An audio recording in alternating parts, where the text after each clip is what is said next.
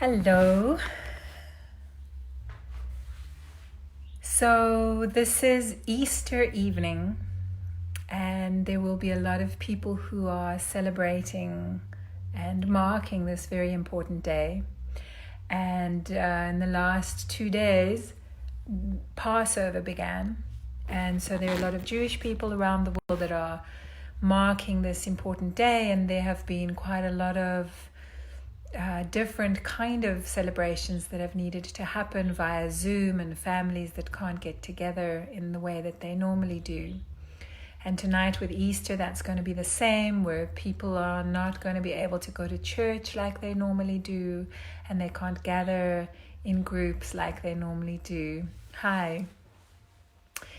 And so today being Easter, 2 days ago, Passover beginning, and in 2 weeks' time Ramadan starts.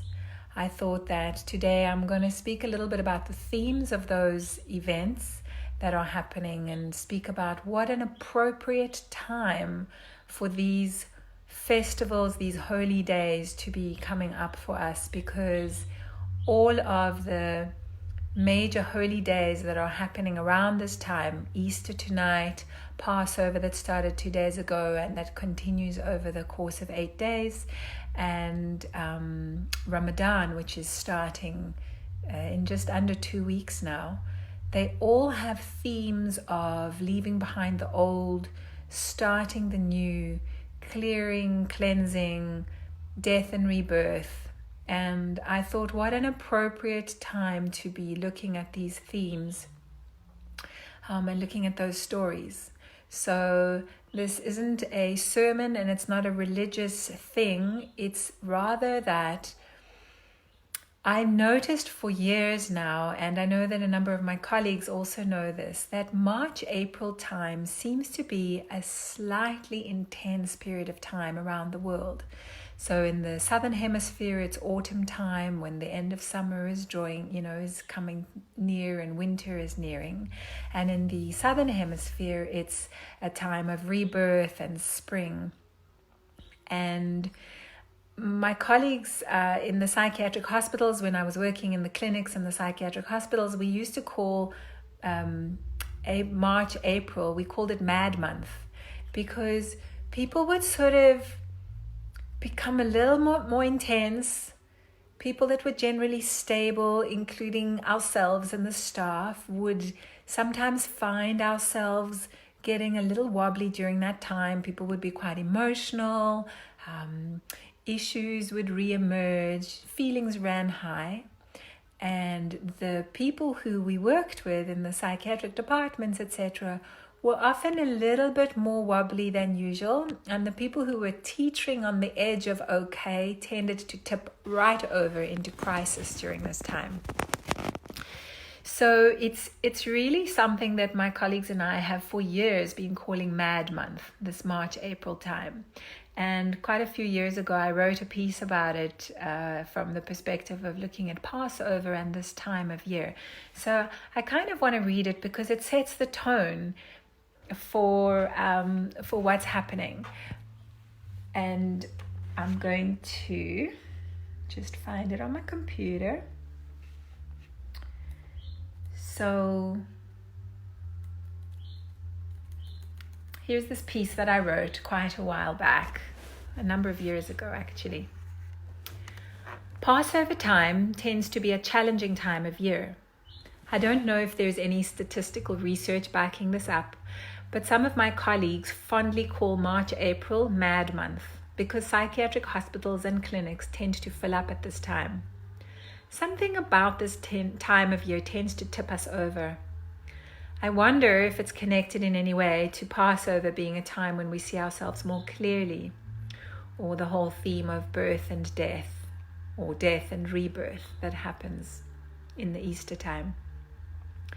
During the year, there are many things that show us uncomfortable things about ourselves. Our partners, for example, often point out our flaws. Sometimes they take great delight in it. And then there are our children, bless those little mirrors. It's difficult not to see yourself in the face of your child, isn't it? And we do our best to blame our children and our partners for what we see. But it's hard to avoid seeing ourselves when we lose our temper, struggle with honesty, avoid intimacy, or sometimes don't really feel like we care. Our children and our partners and our colleagues and anyone around us who triggers us are a bright and constant light unto our flaws and also unto our greatness. And that's probably why we react to them so strongly. But Passover and Easter, and also Ramadan, because the point is to invite a great light in, it's like someone has switched on these huge floodlights into the stadium of your life, and all of a sudden you can see yourself. And that can be lovely, but it's also potentially very uncomfortable. So those of us who have a more tentative grip on being okay are vulnerable to tipping over into being really not okay, while the rest of us go more discreetly mad for a while. So let's have a look at the liberation that this light offers us, the bright side, so to speak. All of our self-damage comes from the core ideas to which we are enslaved. These are painful ideas like, I'm not good enough, I'm not worthy, I don't really belong, they don't really want me here. And none of these are true. So this Passover and this Easter time, ask yourself, who is my Pharaoh? I'm going to use the story of Passover here because it's the story where the Jewish people were enslaved and they managed to get away from the very dominating king of Egypt, which was Pharaoh. And they ran away into the desert, and then they had to stay in the desert for 40 years waiting for the generation to die out. And that's the time that Moses went up to get the 10 Commandments, came down, the people were celebrating false gods. So there's a whole story going on there. So ask yourself, which thoughts and beliefs keep me small? And how do they lash me down angrily when I want to rise up and shine and free myself? So when your inner Moses, which is the part of you that witnesses the slavery of self, comes into your Egypt and says, let my people go, or if I would rather use psychobabble, stop this pattern, stop treating yourself like this, you deserve better, then what does your inner Pharaoh say? For me, Passover and Easter and Ramadan are about the light of awareness coming into the darkness of ignorance. They are all about leaving behind the old way that is now seen to be dysfunctional or not serving you, and stepping towards a new and very different paradigm. The new way is usually some variation of a paradigm of self-worth and spirituality. The theme of new life following death of the old runs through both the holidays and possibly Ramadan as well, although I'm not so sure about that. But Jesus was resurrected after dying for the sins of others, showing that he's truly connected to the eternal God. The Jewish people left their familiar lives behind and wandered lost in a desert in search of the Holy Land, something better than the suffering and disrespect of the past. That sounds a bit familiar to now. I suspect it was the wandering that allowed them to slowly release the old ways, the lostness that led to purification, a new generation of being. Only then, after they'd wandered for all that time, did they find what they were searching for. The death of the old way finally led to the inner holy place, a true connection to and trust in God or higher self. I have found it useful to be in awareness in this period prior to Passover and Easter and Ramadan, as it is often an intrapsychic time of battle between the old ways and the new desired ways, the ways of truth, the holy journey of being aligned with your soul. Transition phases tend to be tricky, and it helps to know what's going on. So I like to be aware of that time. So the battle begins with a sometimes painful dawning of seeing what was previously hidden in your shadow. The bright light shining in your darkened internal room shows up the ignored dirt and cracks in your life right now. Then comes the battle for freedom, with many plagues of irritations and sufferings, both physical and emotional. And when the old way finally acknowledges that the new way is the only way forward, there's an excited rush towards freedom as you take action towards getting to where you long to be.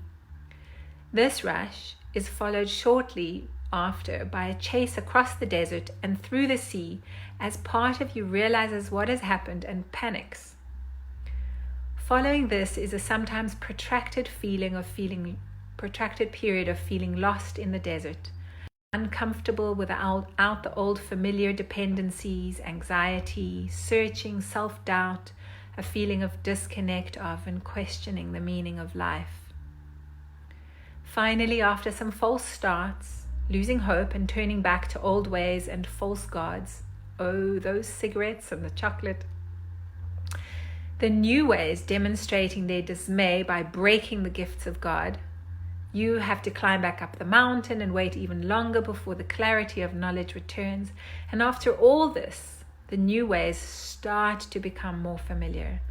And they slowly become a daily practice. And your faith and your trust in yourself solidifies. And then you enter the Holy Land, which is wherever it is you so badly wanted to get to. So I wrote, oh, and yes, this happens every year. A painful thing, no doubt, but potentially an exciting one.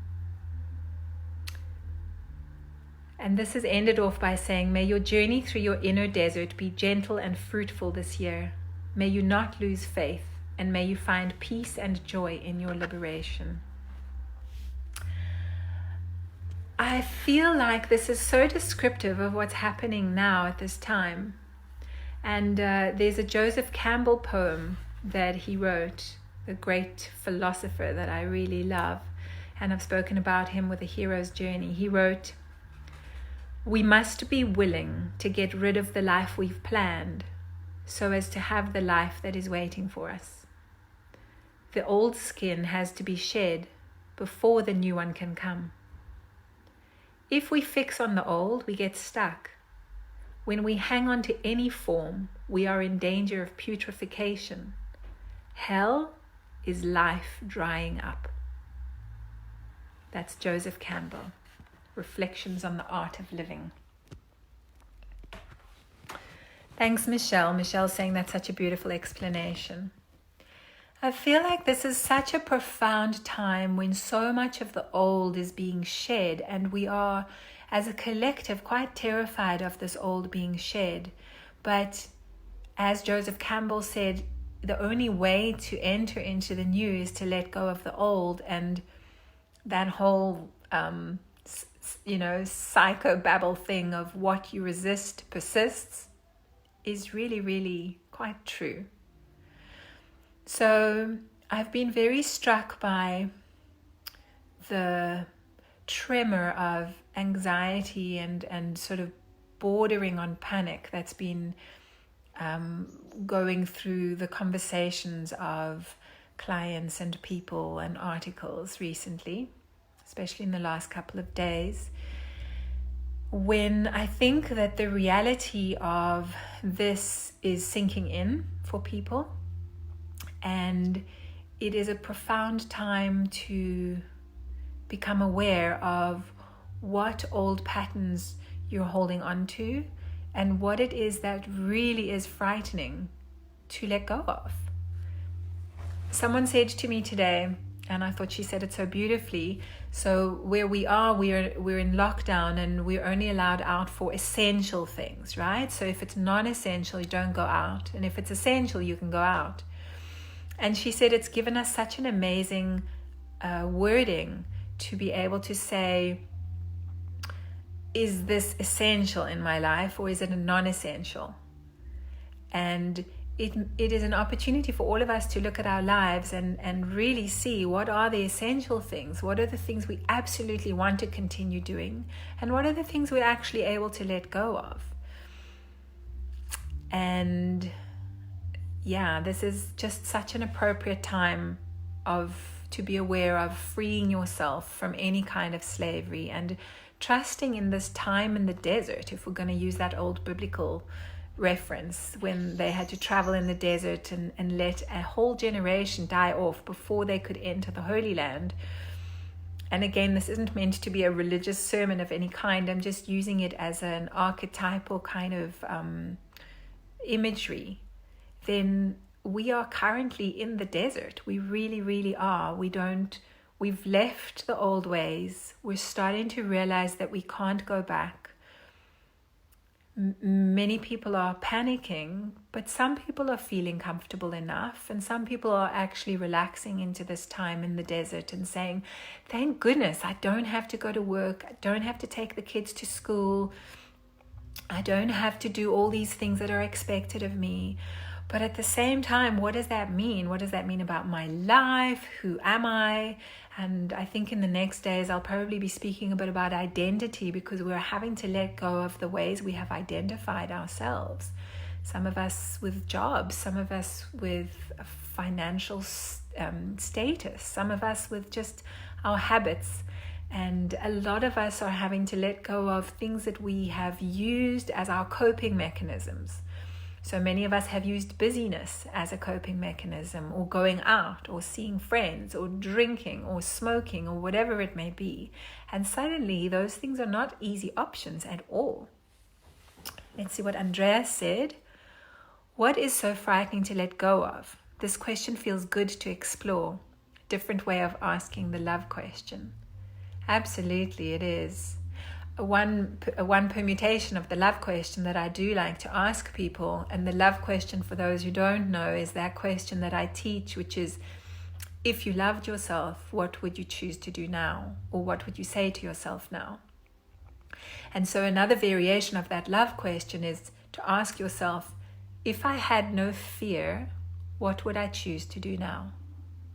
If I had no fear, what would I say to myself now? And that can be a really liberating thing.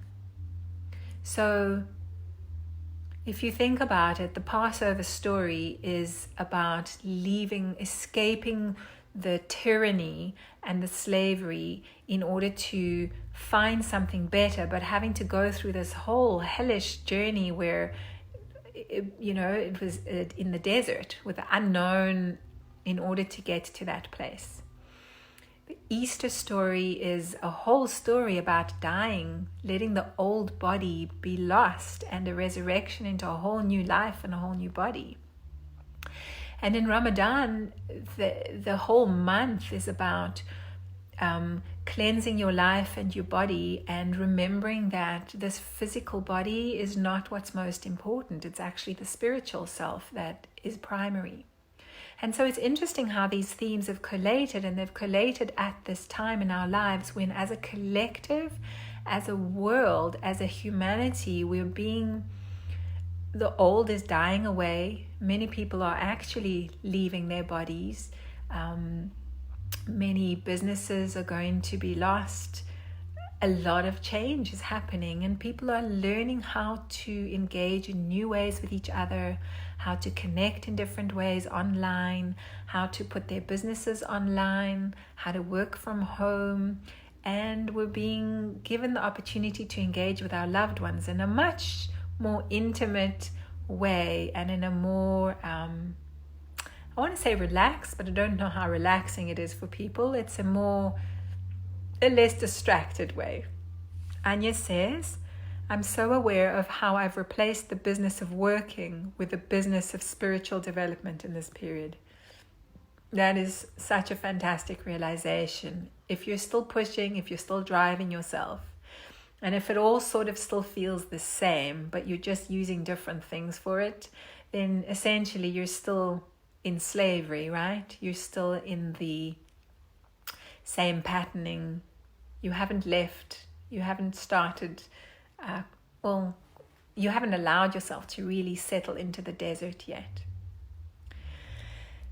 So the question today that I have is, what will make it easier for you to gracefully let go of the things that are falling away in your life right now? I'm going to repeat that question, and like I always do, I will write it in the comments section. But here is the question for today. Oh, good. I see that one resonated. Okay, here's the question again. What will make it easier for you to gracefully let go of the things that are falling away in your life right now? So I would love to hear answers and responses. I thought that tonight I might keep this a little shorter, and if you have questions for me, I'll answer them. I took a little bit of a brave step by talking about religious themes, but it felt really relevant. Michelle, that is what I'm questioning. At university, it feels business as usual. That's interesting. So you mean that you're still at work and still teaching and it just feels like a normal, usual thing? You kind of need to clarify. I'm getting so many hearts. I think someone's button is stuck, but it's a wonderful button to get stuck, I must say. Happy for the millions of hearts that are coming.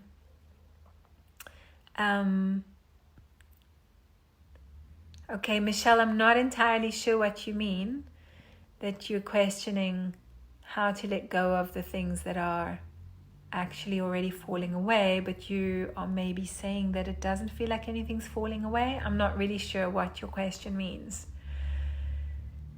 So help me out by writing a bit more. We're going to teach online. Yes, but that's so different. Thank you, Yoram, for all the hearts. That was amazing. It felt like a shower, like a beautiful rain shower of hearts.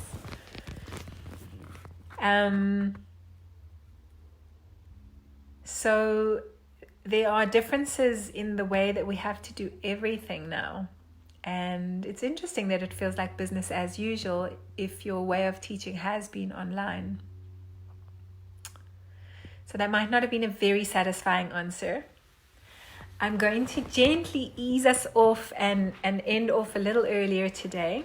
Please let me know if you're okay with that. And we will continue tomorrow. I just feel like a lot of people are going to go and do Easter things and Passover things. The pressures remain the same.